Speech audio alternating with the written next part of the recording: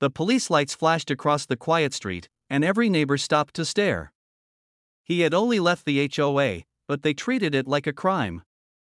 The promise was clear: this story would end with a truth so shocking that the HOA would panic. For years, Michael lived under endless rules, letters, and threats. Paint colors, parking warnings, fines for things that made no sense. When he finally resigned from the HOA, he expected peace. Instead, the board sent notices claiming he was still bound by their authority. Karen, the loudest voice among them, decided to make an example out of him. One afternoon, officers arrived at his door after the HOA claimed he was violating community rules. Michael stayed calm, answering every question politely. He explained he no longer belonged to the HOA. Karen stood nearby, arms crossed, confident the law was on her side.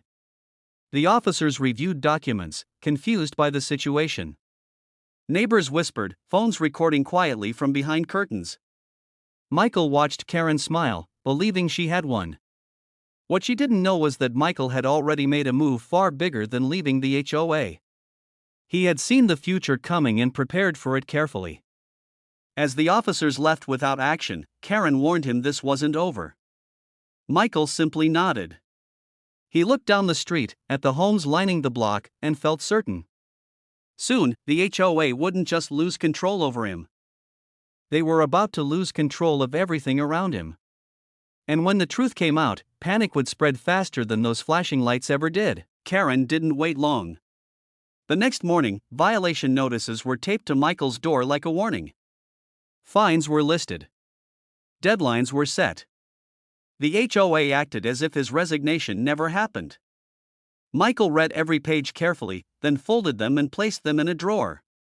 He had already moved on. What the HOA didn't realize was that Michael had quietly started buying properties on the block months earlier.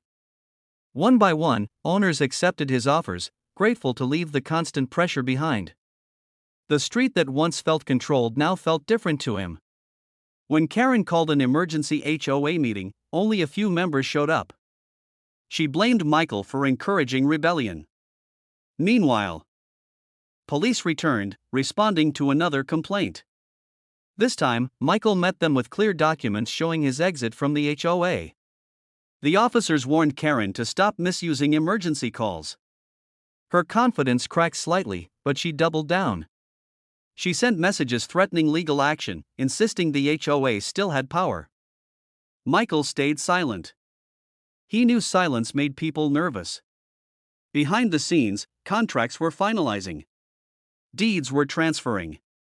The block was changing ownership without noise or drama. One evening, Michael stood outside watching the sunset, knowing the HOA was fighting a battle they no longer understood. Control was slipping from their hands, and they didn't even know where it had gone yet. The panic started with a spreadsheet. At the next HOA meeting, a board member noticed something strange. Several homes were no longer listed as HOA properties. Karen brushed it off, saying it was a clerical error. But the list kept shrinking. One member quietly searched public records and felt his stomach drop. He asked a single question that changed the room. Who owns these houses now? The answer was simple and terrifying. Michael. Karen laughed nervously, insisting ownership didn't matter. The HOA still controlled the neighborhood, she said. But doubt spread fast. Residents began asking questions Karen couldn't answer. When police refused another HOA complaint, the board realized something was wrong. Michael finally attended a meeting. He sat calmly while Karen accused him of manipulation. When she finished, he stood and explained, step by step, that he now owned most of the block. His voice never rose. He wasn't bragging. He was informing them. The room went silent. Karen demanded to know what he was planning. Michael replied with a sentence that changed everything. I've already left the HOA, he said, and soon, so has the street. Fear replaced anger. The board understood too late. The HOA's power depended on ownership. And that power was disappearing. Within weeks, the final homes closed. Michael officially owned the entire block. The HOA's authority ended at the edge of the street like a forgotten rule.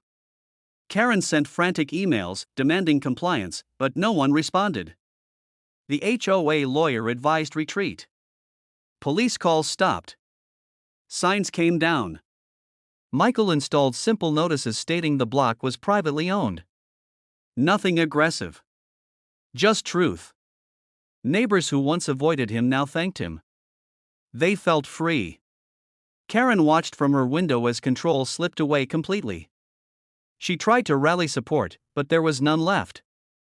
At the final HOA meeting, attendance was nearly empty. The board voted to dissolve oversight of the block. Karen protested, her voice shaking, but rules no longer protected her. Michael never celebrated publicly.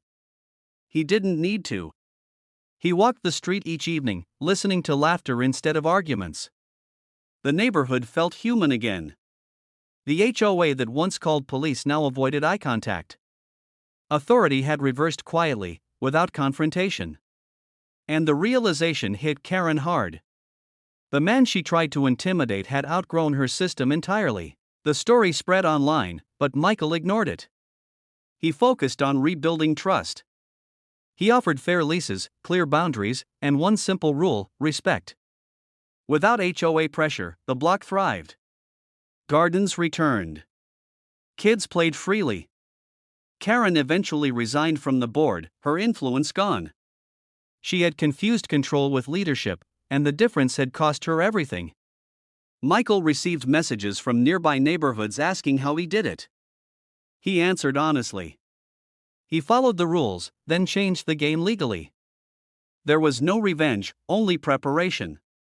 One afternoon, a former HOA officer apologized to Michael for getting involved. Michael accepted it without resentment. He understood fear makes people act poorly. As time passed, the HOA itself shrank, losing members and relevance. What remained was a lesson written quietly into the street's history. Power based on threats never lasts. Power based on ownership and patience does. Michael had proven that without raising his voice or calling the cops. Months later, the block felt like a small town again. Neighbors looked out for one another. Problems were discussed, not fined. Michael rarely spoke about what happened. He didn't need credit. The outcome spoke for itself. Karen moved away quietly, her chapter closed without ceremony. The HOA removed its signs, its letters, its warnings. What replaced them was peace. Michael sat on his porch one evening, thinking about how close everything came to turning ugly. Instead, it ended cleanly. Lawfully. Calmly. He realized the biggest mistake the HOA made wasn't calling the police. It was underestimating preparation. They assumed power meant permanence. Michael proved otherwise. And the block would never forget how quickly fear vanished once control did. In the end, the truth was simple. The HOA tried to punish a man for leaving. They called the cops. They pushed harder. And they lost everything they tried to control. Michael never argued. He never threatened. He simply planned. Buying the entire block wasn't revenge. It was protection. The HOA learned too late that authority only works when people believe in it. Once belief is gone, rules are just paper. Michael's quiet patience dismantled a system built on fear. And that was the final twist in this unbelievable HOA story. If you love the drama, don't forget to like, subscribe, and drop a comment sharing your thoughts. It really helps this channel grow.